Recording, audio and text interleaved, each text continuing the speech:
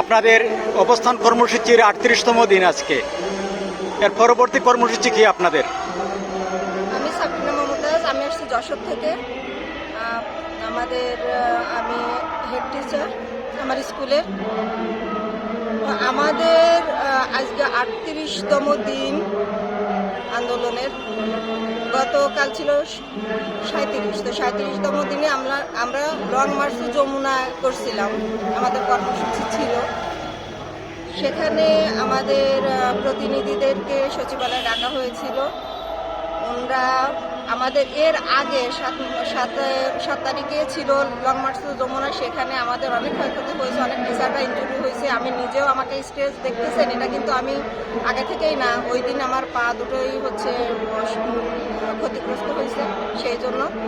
তো আমাদের ৩৭তম কর্মসূচির দিন এটা নিয়েই ছিল যে ৯ তারিখে একটা চিঠি ইস্যু হয়েছিল, সেটা হচ্ছে প্রধান উপদেষ্টার কার্যালয় থেকে সমাজ কল্যাণ মন্ত্রণালয়কে বলা হয়েছিল আমাদের স্কুলগুলো স্বীকৃতি বা এমপিও করে দেওয়ার জন্য।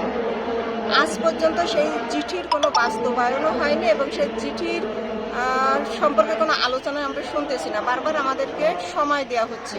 তো গতকালকেও আমাদের সচিবালয়ে আমাদের একটা টিম গিয়েছিলেন, সচিবালয় থেকে আমাদেরকে বলা হয়েছে যে আমরা সবই আপনাদের বিষয়গুলো জানতেছি, তো আপনাদের আর কিছুই বলা লাগবে না, আমরা ৭২ ঘন্টা আমাদেরকে সময় দেন, ৭২ ঘন্টার মধ্যে আমরা দেখতেছি এটা সুরাহা কীভাবে করা যায়।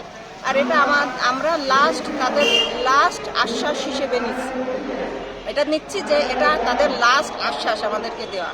আসলে ৯ সাল থেকে আজকে ২৫ সাল এই পর্যন্ত স্কুলগুলো এই অবস্থায় আছে। আর সচিবালয় থেকে বলা হয়েছে যে এদের স্কুলগুলো ঠিকমতো চলে না। তো আসলে আমি এই কথা আপনার মাধ্যমে সারা দেশবাসী এবং রাষ্ট্রকে আমি জানাতে চাই, সুস্থ বাচ্চারা কিন্তু পায়ে হেঁটে স্কুলে যায়।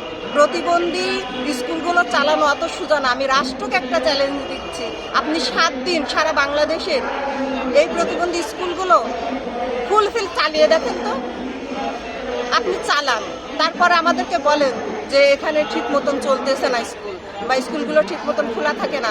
আপনি চালিয়ে তারপরে এই প্রবলেমগুলো আপনি ফেস করে তারপরে আমাদেরকে বলেন যে কেন আমরা পারি না। আপনি জানেন একটা এই প্রতিবন্ধী স্কুলগুলো চালাতে গেলে প্রতিদিন মিনিমাম যদি তার ১০০ বাচ্চা থাকে তাহলে তার ১০,০০০ টাকা লাগে। আমাদের পক্ষে কি সম্ভব প্রতিদিন এই টাকাটা খরচ করা? এবং আমাদের জমি কিনা হয়েছে, গাড়ি কিনা হয়েছে, যাবতীয় যে ইনস্ট্রুমেন্ট এই শিক্ষার্থীদের জন্য এগুলো খুবই ব্যয়বহুল, যা চালানোর ক্ষমতা আমাদের আসলেই নেই মানেই নেই। এর জন্য রাষ্ট্রের হস্তক্ষেপ খুবই প্রয়োজন। রাষ্ট্র যদি মনে করে যে আমরা বেতন ভাতা দিতে পারছি না, তারা স্বীকৃতি দিক, যদি বলে তাও পাচ্ছে না, তাহলে আমাদের নিয়মিত স্কুলগুলো এই বাচ্চাদের মুখের দিকে তাকিয়ে, প্রতিবন্ধী বাচ্চাদের মুখের দিকে তাকিয়ে আমাদেরকে নিয়মিত স্কুল চালানোর খরচটা দিক, আমাদের বেতন ভাতা দেওয়া লাগবে না। আমরা কিন্তু আমাদের বেতন ভাতার জন্য লড়তেছি এটা না, আমরা এই বাচ্চাদেরকে চাচ্ছি রাষ্ট্রীয় জনবলে পরিণত করতে। এদের পড়ালেখা করার অধিকার আছে, তাহলে কেন আপনারা এদের দিকে না তাকিয়ে যারা সুস্থ বাচ্চা শুধু তাদের নিয়ে আপনারা কি দেশ চালাবেন? এরা কি দেশের কেউ না? আর যদি আমাদের এই লাস্ট আশ্বাস ওনারা ভঙ্গ করেন, আমি বলবো কি আসলে এনাদের বিবেক দিয়ে ভাবা উচিত। কারোর কুমন্ত্রণায় না থেকে আপনি বিবেক দিয়ে ভাবেন যে আমরা যে কাজগুলো করতেছি, এই স্কুলগুলো চালাচ্ছে, এটা কতটা ব্যয়বহুল। সমাজ কল্যাণ মন্ত্রণালয়কে আমি বলতে চাই, আপনারা তো জানেন যে একটা প্রতিবন্ধী বাচ্চা যে সংসারে থাকে তারা কত অবহেলিত হয় এবং তাদের ট্রিটমেন্ট লাগে, এই ট্রিটমেন্টের ব্যবস্থা স্কুল করে, তাহলে আমাদের কত ব্যয়।